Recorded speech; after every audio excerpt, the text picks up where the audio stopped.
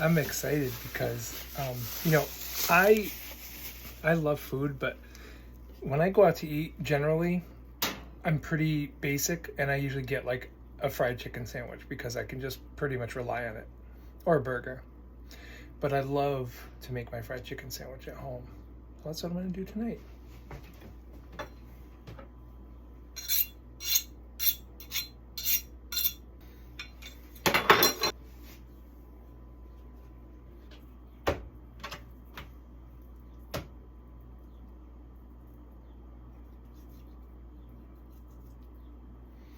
I rarely buy cutlets. I usually just buy whole chicken breast boned because it's pretty easy to clean these up and make really nice cutlets out of them. And out of each breast, I can get at least two, if not three. So I'm gonna just clean these up really nice, pound them, salt them, probably put a little, maybe soak them in buttermilk for like a half an hour, and then fry them. And the toppings are kind of like what the thing is that makes this so delicious, but I'll show you that in a minute.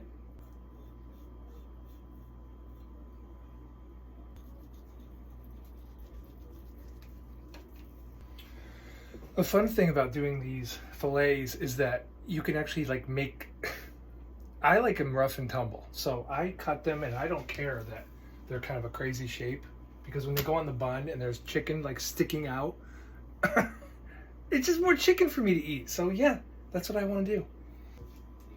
And hey, if you like what I'm doing, like and subscribe. Don't forget, click that little button.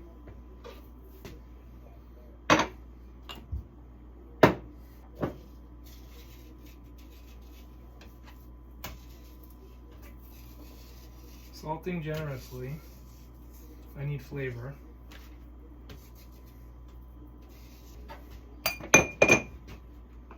Alright, so I basically salted the chicken.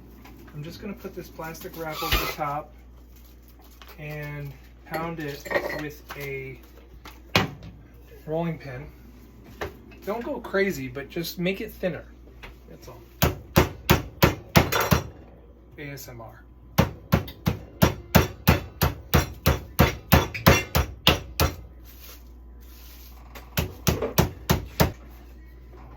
Alright. So, I'm going to be perfectly honest. This container is not necessary for what I'm about to do. But when I cook, I want things to be fun, and I want to make joy out of whatever I can. So when I cook, I use things that are pretty. I think this is really cool. Actually, it was a beautiful gift from somebody that I've had for many years. And I just love to use things like this when I'm cooking. It kind of makes me feel like I'm putting a little bit more joy into the cooking itself than just the mechanics of cooking. So when I use a container like this, it's just, to me, it's just better than shoving it into a plastic bin and putting it in the fridge. So what I'm going to do here, actually a lot of people make fun of me because when I go camping, I tend to take way too many kitchen items than I need, and I get made fun of because most people are like, I have my, they have a cast iron skillet, a fork, and a spoon, and I'm like, okay, I got to get my pretty container, my teapot, my whisk, I need to bring everything, and they make fun of me, but you know what? I have a good time doing it. So here's what I'm going to do. I'm going to do some buttermilk. All right, that's probably just enough. I'm going to smash 2 cloves of garlic. Ooh, nice and fresh too. Great. And then the chicken, I'm going to mix that up a little bit, and then the chicken goes in. This is the salted chicken I did a minute ago. I just turned it over in the buttermilk to make sure all the sides get coated, because that buttermilk has a nice acidity to it, and it's going to help break down that fiber in the meat and just flavor it and tenderize it and just make it really, really perfect for this sandwich that I'm very excited about. Throw a little bit of this garlic around. I'm just going to cover this and leave it for like a half an hour. You don't have to refrigerate it at this point. It's not necessary. If I was going to leave this for hours, I would, but I'm not, because I'm going to be finishing this off in about a half an hour.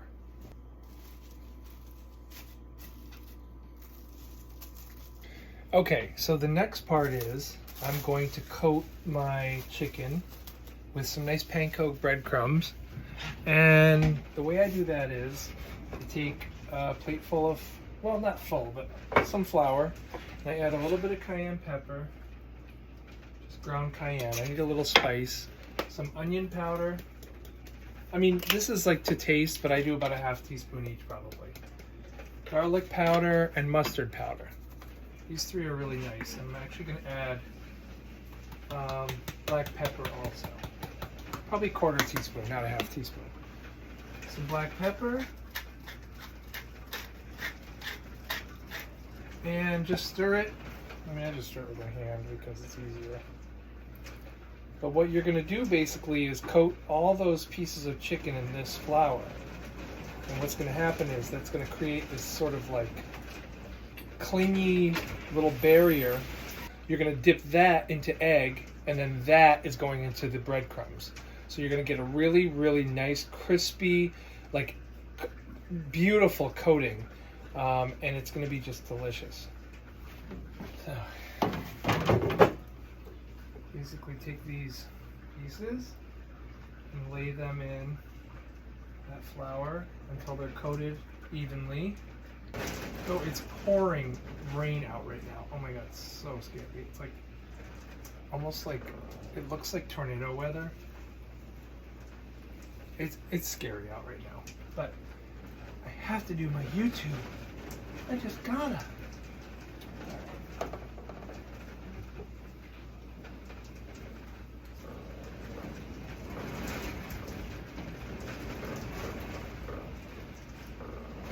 Alright, let those rest for a few minutes. Kids are playing in the backyard, soccer, in the pouring rain. Oh my god. I'm gonna crack my egg. Whisk that really nice. Just try to incorporate the yolk into the white as much as you can. Gives it that nice stickiness. I might need 2 eggs because there's a lot of chicken here. Now I get my panko, my favorite, Japanese breadcrumb.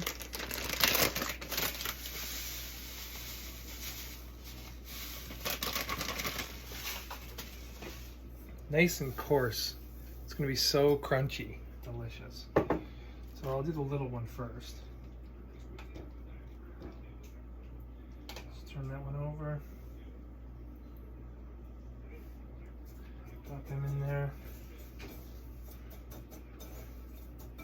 And I usually spend a second pushing the crumbs into the chicken because it will stay better if you just do that.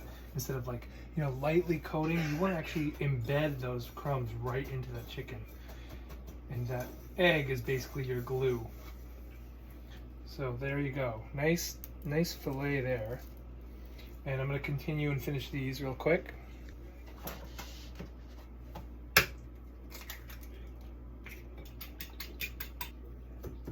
Okay, that's my last one. I actually ended up cutting 2 of them in half, or 3 of them in half, because they were literally like too big, and I want them to fit on the bun, and if I have to, I'll just have to stack them. I mean, who wouldn't? But, all right, we're done with our coating. We just have to get our oil hot and get that ready, and then we can fry these up and have a delicious sandwich. So the next part of this chicken sandwich is pretty important, and I always tell people to do this, and the people who listen to me tend to have a better result. But what I tell people always, when you make fried chicken, put your oven on warm, okay? It's at like 175. So what happens is the chicken gets fried. If there's any chance that there's any pink in the middle, and you put this on a tray with some paper towel, put it in the oven for like 10 minutes, it's basically insurance that anything that's inside that chicken that isn't cooked is going to get cooked to temperature. And also, it like kind of finishes off the chicken so that you end up with this like extremely crispy outside and super juicy middle. A lot of people will just fry and then put it right in the bun and serve it. And I feel like a lot of times when I eat chicken like that, it just seems very rubbery and chewy. And whenever I put it in the oven for like 10 to 15 minutes max, it comes out so tender and just so like, it's perfect. It's so succulent. And for a chicken sandwich that you just want to kind of dive into, it's ideal. So if you take my advice, I promise you won't regret it. So I'm just going to put a piece of paper towel on top of this tray, Nordic ware, of course. And once I fry my chicken, I'm going to put it on here, and then in stages, I'll just keep adding it to the oven. I'm going to salt it with some Maldon salt. I do fry in canola oil. I sometimes will add a little bit of olive oil just for flavor or whatever, but I don't think it makes that much of a difference. So I'm going to fry these up, and we're going to see how it goes. What I've done is I put my stove burner on, so it's on medium. And the reason I do this ahead of time of putting the oil in is that I want this to get hot so that if there's any water in here at all, or any residue of water, it burns off and evaporates, because I don't want to have oil in here and then all of a sudden have this popping going on. I hate ruining my clothes with popping oil. So now that it's hot, I'm going to add my oil. And I add a pretty good amount because I technically want the entire bottom of each fillet to be fried. I don't want this sitting in like a layer of oil. I want like a bottom cover. I want it to be in oil. Okay, so I'm ready to fry. My oil is at temperature that I want it to be. Now this is a secret that I will tell you that I stand by every time. Whenever I cook chicken or pork chops in oil, I always throw in a slice of lemon. This will flavor the oil so nicely, and it just puts that layer and that depth in the food that you will not have otherwise. It is delicious. Some people think it's crazy because why would you throw fruit into oil, hot oil? But what I do is I put the chicken in first, and then when I put the slice of lemon in, it actually doesn't bubble and go crazy as it would if I just threw that in directly.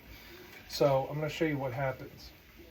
I'm pretty sure that the oil is about ready. So I'm going to go with this little guy first. I really wanted that to be a little bit more bubbly. Okay, he's coming up. Sometimes I throw it in and it scalds.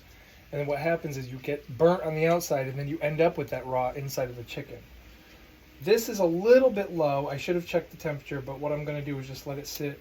It's going to be fine. It's still going to cook properly. I just have to make sure that I get the thing up to temperature before I put any more in, because everything you add to the oil is actually going to drop the temperature, and that's not good for frying. Okay, that only took like an extra minute. It's coming up to temperature. That's going to be really nice. I'm just going to shift this around a tiny bit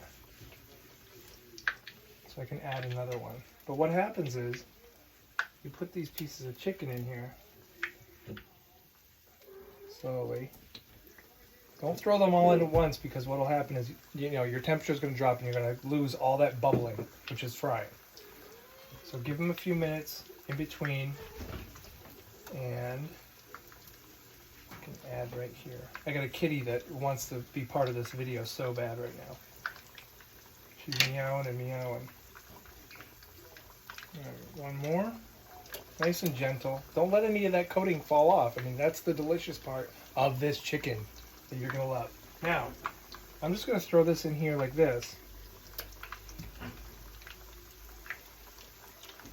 See, no bubbling, no spattering. And what's nice is as the lemon starts to cook, it'll start to turn black on the bottom. So I flip it over, cook the other side, and then once all that's done, I just get rid of it and put a new slice in.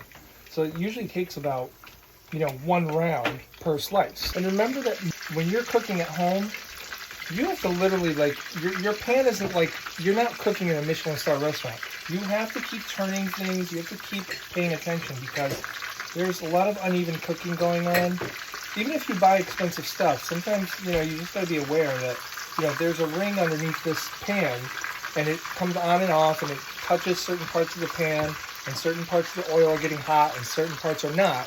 So that conduction is working, but it's taking time. So just be aware of that as you cook.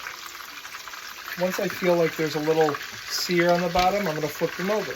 These are getting golden, so another thing you can do is throw like jalapeno slices in. That's actually nice because it gives a little bit of heat without being like, too acidic. It's actually just like mild heat in the chicken, so as you eat it, you don't have to like slather on hot sauce. It just has that nice, and also in the coating, we actually put cayenne pepper, so you have a couple layers of nice heat that isn't going to be too biting, and like spicy food can really put you off on a meal, so I don't want that. I want to really enjoy this. Oh, that's so pretty. Look at how golden that one is. Love it. Oh, these look great. Really pretty, really nice, even color. And that's from spinning them and turning them. That's very important in this meal. I feel like when you cook chicken like this, you just have to keep an eye on it constantly.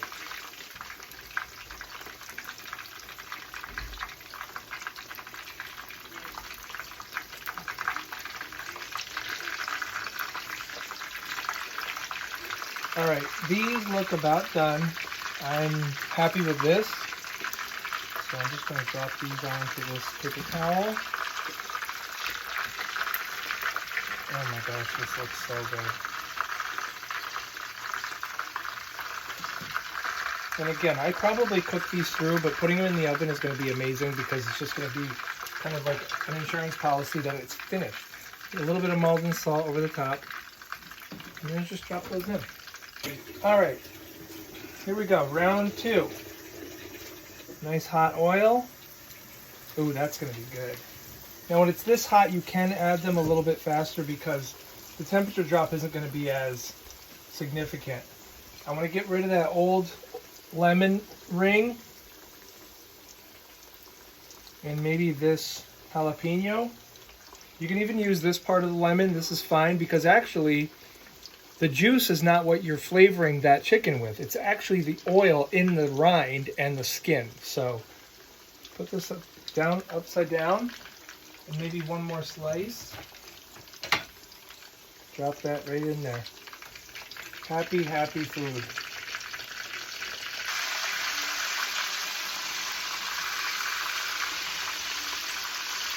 Okay. I'm guessing these are about ready to flip. Nice. That one's a little blonde, but it still looks nice. All right, very good.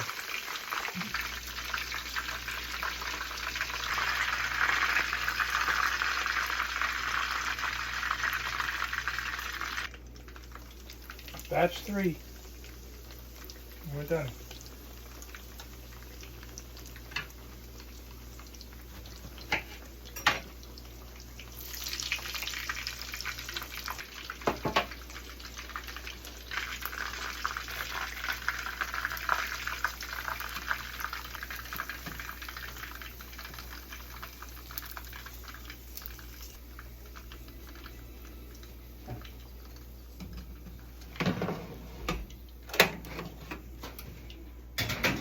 Right.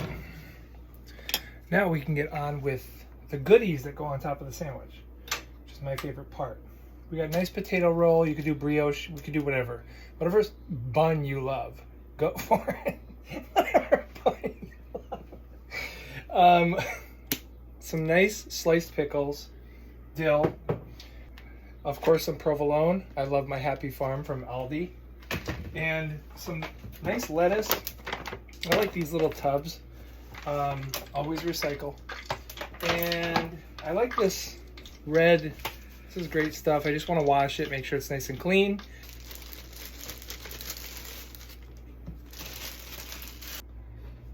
Okay, the time has come.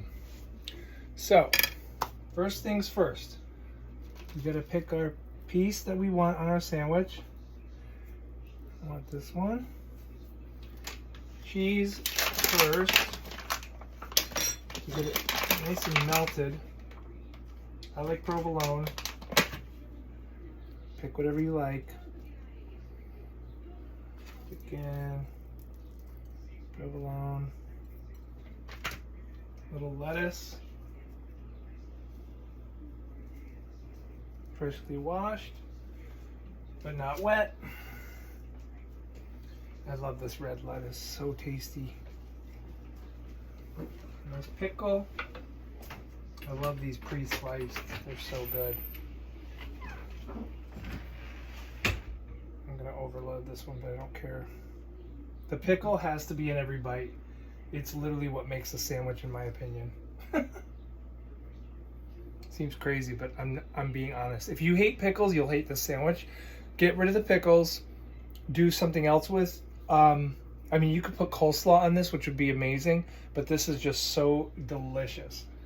I may have to eat a piece of this right now. All right.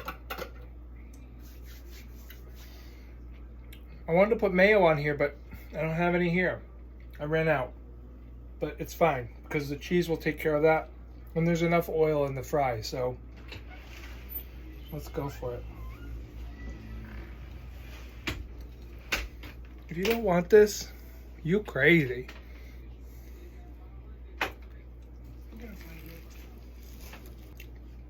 That pickle is so good.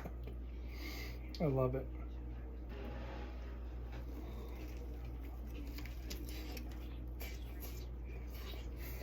Mmm. Look at this pickle. It is beautiful.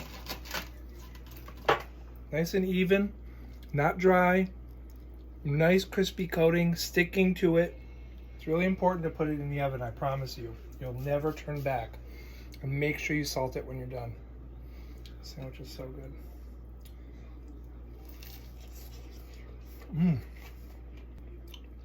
It doesn't go that good with red wine, but whatever. If you like what you're watching, like and subscribe. See you next time. Oh yeah, I totally burned my tongue on it. I don't care. It's worth it.